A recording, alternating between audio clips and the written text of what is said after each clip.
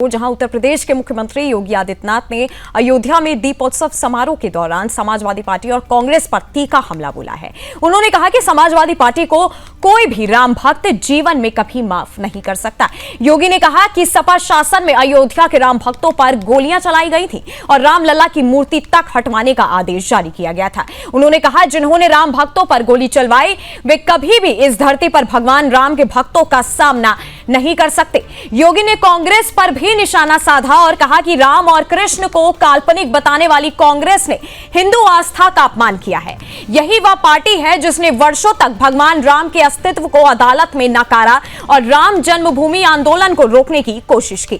मुख्यमंत्री ने कहा कि आज जब अयोध्या दीपों से जगमगा रही है तब हमें यह नहीं भूलना चाहिए कि इन्हीं राजनीतिक दलों ने कभी भगवान राम की भक्ति को कटघरे में खड़ा कर दिया था। योगी ने कहा कि जो लोग राम के नाम पर राजनीति करते हैं आज वही राम भक्ति के इस प्रकाश में खुद को अंधेरे में पाते हैं।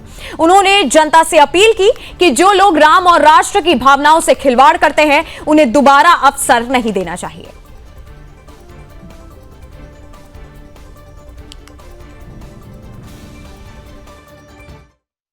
वैश्विक पटल पर बिखेरती हुई दिखाई देती है।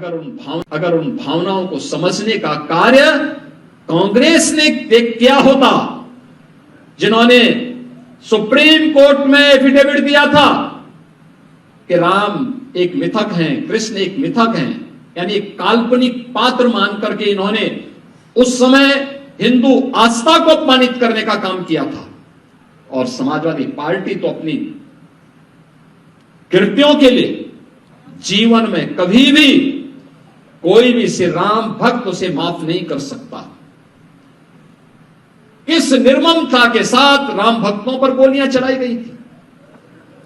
जिन लोगों ने अयोध्या में राम भक्तों पर गोलियां चलाई थी, जो लोग रामलला की मूर्ति को राम जन्मभूमि से हटाने के लिए आदेश जारी करते थे और जिन लोगों ने राम के अस्तित्व पर ही प्रश्न खड़ा करने का प्रयास किया था, आज उसी अयोध्या में जब लाखों लाख दीप प्रज्वलित होकर के प्रकाशमान होते हैं, एक नई आभा बिखेरते हैं, तो अयोध्या दुनिया की सबसे सुंदरतम आध्यात्मिक और सांस्कृतिक नगरी के रूप में अपनी आभा को दुनिया में वैश्विक पटल पर बिखेरती हुई दिखाई देती है।